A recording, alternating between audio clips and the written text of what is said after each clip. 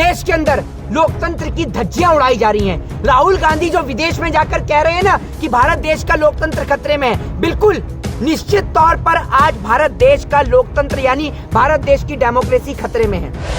इनको भारतीय जनता पार्टी के नेताओं के खिलाफ तमाम लोगों को मुकदमा दर्ज कराना चाहिए जिन लोगों का नाम पप्पू है, और उसके बाद न्यायपालिका से गुहार लगानी चाहिए कि अगर राहुल गांधी की सदस्यता रद्द की जाए तो जिन लोगों ने राहुल गांधी को लेकर पप्पू को लेकर टारगेट किया था उन लोगों की भी सदस्यता रद्द की जानी चाहिए। भैया नरेंद्र मोदी जी विपक्ष से डर रहे हैं। अच्छा। राहुल गांधी के साथ साथ चाहे वो दिल्ली के उप मुख्यमंत्री मनीष सिसोदिया हो, चाहे फिर वो आपका बंगाल के नेता हो, चाहे फिर वो आपके तेजस्वी यादव बिहार के हो, चाहे लालू प्रसाद यादव हो, राबड़ी देवी हो बिहार के हो, या फिर वो तमाम कश्मीर से कन्याकुमारी तक सभी नेताओं से भाजपा बौखलाई पड़ी है। और जो ये बात कही गई थी ना कि इस देश में हिटलरशाही यानी डिक्टेटरशिप स्थापित की जाएगी, तो मुझे लगता है कि अब ये देश डिक्टेटरशिप की ओर अग्रसर हो चुका है। तो आपको लगता नहीं है कि कहीं ना कहीं इस देश के अंदर लोकतंत्र यानी देश की डेमोक्रेसी खतरे में है? और आज विपक्ष के सभी नेता को एकजुट होने की जरूरत है। आज आपने देखा होगा कि दिल्ली के मुख्यमंत्री अरविंद केजरीवाल का भी बयान सामने आया है राहुल गांधी को लेकर।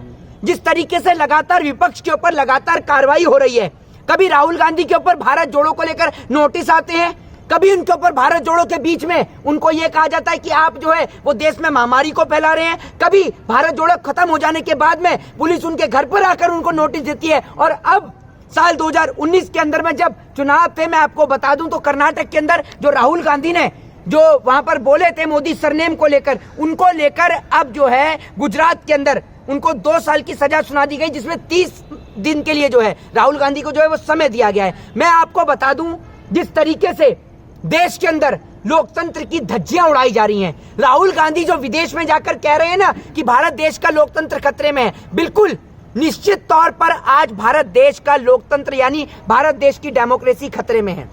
अच्छा, कुछ मीडिया है जो तमाम तरीके की हेडलाइंस चला रही है, जैसे अभी रिसेंट हेडलाइन चलाई गई है कि मोदी का अपमान सजा का फरमान। तो क्या मोदी जी का विरोध जो करेंगे या कोई शब्दों का जो इस्तेमाल किया राहुल गांधी ने, क्या वो सही था? देखिए, सबसे पहले तो मैं एक चीज राहुल गांधी को यह बताना चाहूंगा, एक सलाह देना चाहूंगा भारतीय राष्ट्रीय कांग्रेस को कि सबसे पहले सर्वप्रथम तो इनको भारतीय जनता पार्टी के नेताओं के खिलाफ तमाम लोगों को मुकदमा दर्ज कराना चाहिए जिन लोगों का नाम पप्पू है, और उसके बाद न्यायपालिका से गुहार लगानी चाहिए कि अगर राहुल गांधी की सदस्यता रद्द की जाए तो जिन लोगों ने राहुल गांधी को लेकर पप्पू को लेकर टारगेट किया था उन लोगों की भी सदस्यता रद्द की जानी चाहिए। इसमें बीजेपी के तमाम नेता शामिल हैं जिन्होंने पप्पू शब्द का प्रयोग किया था। मैं आपको बता दूं कि बिहार के अंदर विपक्ष के नेता हैं पप्पू यादव, सर्वप्रथम उनको भारतीय जनता पार्टी के नेताओं के खिलाफ केस दर्ज करना चाहिए डिफॉर्मेशन का 499 और 500 के तहत उनके खिलाफ मुकदमा दर्ज करना चाहिए, 499 और 500 के तहत मानहानि का मुकदमा दर्ज करना चाहिए।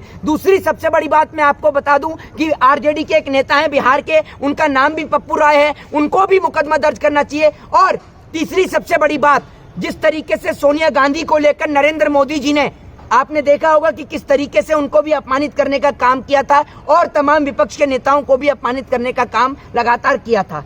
तो आज विपक्ष को भी उनके ऊपर केस करने की जरूरत है ताकि जनता के सामने चेहरा असली आना चाहिए। मतलब इनका 2024 का चुनाव आ रहा है, तो आप ये कहेंगे कि मोदी जी जो है वो राहुल गांधी से डर रहे हैं क्या? अरे भैया, नरेंद्र मोदी जी विपक्ष से डर रहे हैं। अच्छा। राहुल गांधी के साथ साथ चाहे वो दिल्ली के उप मुख्यमंत्री मनीष सिसोदिया हो, चाहे फिर वो आपका बंगाल के नेता हो, चाहे फिर वो आपके तेजस्वी यादव बिहार के हो, चाहे लालू प्रसाद यादव हो, राबड़ी देवी हो बिहार के हो, या फिर वो तमाम कश्मीर से कन्याकुमारी तक सभी नेताओं से भाजपा बौखलाई पड़ी है। और जो ये बात कही गई थी ना कि इस देश में हिटलरशाही यानी डिक्टेटरशिप स्थापित की जाएगी, तो मुझे लगता है कि अब ये देश डिक्टेटरशिप की ओर अग्रसर हो चुका है, डिक्टेटरशिप की ओर आगे बढ़ चुका है। क्योंकि जिस तरीके से लगातार हर दिन एक विपक्ष के नेता को जेल के अंदर उठाकर बंद कर दिया जा रहा है, कभी किसी के घर पे सीबीआई आती है, कभी किसी के घर पे ईडी आती है, कभी किसी के घर पे आईबी, किसी के घर पे आईटी, तो किसी के घर पे इनकम टैक्स की रेड होती है। क्या भारतीय जनता पार्टी के नेता इतने दूध के धुले हैं कि उनके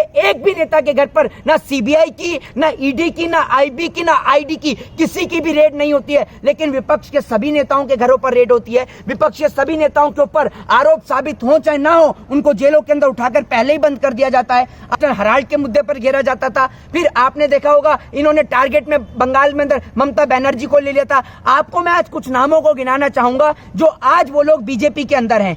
इनके ऊपर पहले करप्शन के चार्जेस थे, लेकिन भाजपा के अंदर आए तो सारे करप्शन इनके ऊपर हट गए। मैं न्यायपालिका से, जुडिशरी से पूछना चाहूंगा। दूसरी बात ये, आपने बोला कि नरेंद्र मोदी जी के खिलाफ, यानी मोदी सरनेम के खिलाफ जो है इन्होंने टिप्पणी करी थी और मोदी सरनेम के खिलाफ टिप्पणी करने पर इनको सजा सुनाई गई है। मैं आपको बता दूं, चीफ जस्टिस ऑफ इंडिया यानी सीजेआई चंद्रचूड़ जी ने जो कल कहा है, 3 जजों की जो कल बैठक बैठी गई थी जिसमें जजों की नियुक्ति को लेकर सीजेआई चंद्रचूड़ और उनके साथ 2 जजों ने यह कहा है कि जो जज हैं उनको नियुक्त, मद्रास जिनको हाईकोर्ट का जो जज नियुक्त किया जाना था उनको जज नियुक्त इसलिए नहीं किया गया क्योंकि उन्होंने नरेंद्र मोदी जी के ऊपर आर्टिकल लिख दिया था।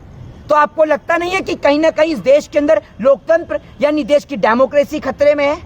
भाजपा लगातार दीजिए। लोकसभा में लगातार मांग कर रही है राहुल गांधी से माफी मंगवाने के लिए, जो विदेश में उनका जो बयान दिया गया था। भाई साहब, आप नरेंद्र मोदी जी के बयान उठाकर देखिए, विदेश में जा जाके भारत देश के लिए क्या क्या कह के आए हैं, आप उठाकर देखिए ना, और उसके बाद आप बताइए कि माफी मांगने की जरूरत राहुल गांधी को है। लगातार जो है वो राहुल गांधी की देशभक्ति पे सवाल खड़े करे जाते हैं, अखिलेश यादव की देशभक्ति पे सवाल खड़े किए जाते हैं। एक बात आप मुझे बताइए, जिन्हों के पूर्वजों ने इस देश के लिए अपना सर्वोच्च न्योछावर कर दिया, आप उनसे उनकी देशभक्ति का प्रमाण मांगते हैं? आपको तो शर्म आनी चाहिए। Rajiv Gandhi liberation tiger of Tamil लिट्टे के द्वारा उनको उड़ा दिया गया था बम से, आपको पता होगा।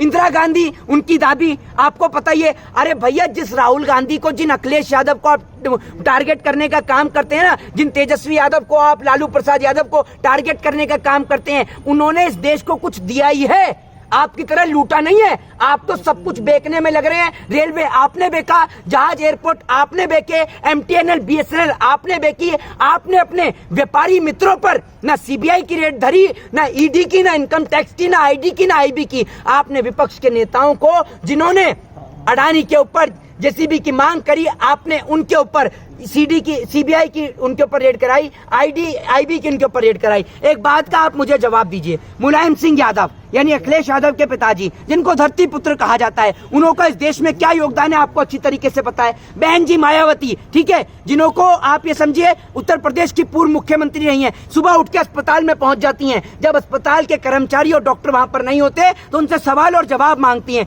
आपकी तरह देश को लूटने का काम नहीं किया इन लोगों ने, इस देश को कहीं ना कहीं कुछ ना कुछ दिया है। आपको बता दूं कि इस देश के अंदर भारतीय जवानों का जो जब शहीद हो जाते थे तो भारतीय जवानों की जो उनका शरीर है, पार्थिव शरीर जो है, वो घर पर नहीं आता था, तो उसको लाने का हक और अधिकार मुलायम सिंह यादव ने दिलवाया। जो आज आप यमुना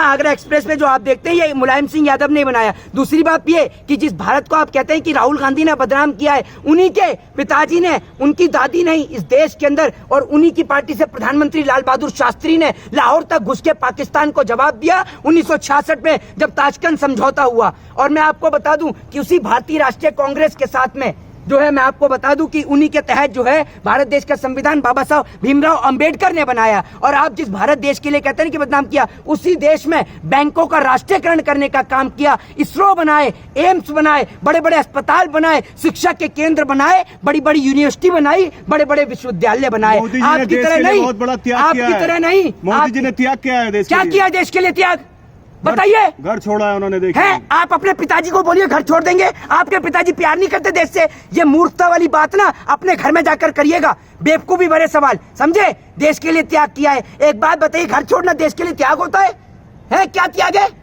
बताइए ना, क्या त्याग है? सेना के लिए लड़ाई लड़िए देश के लिए, सरहद पे खड़े होकर। लगातार राष्ट्रवाद की बात करते हो वो, कौन से?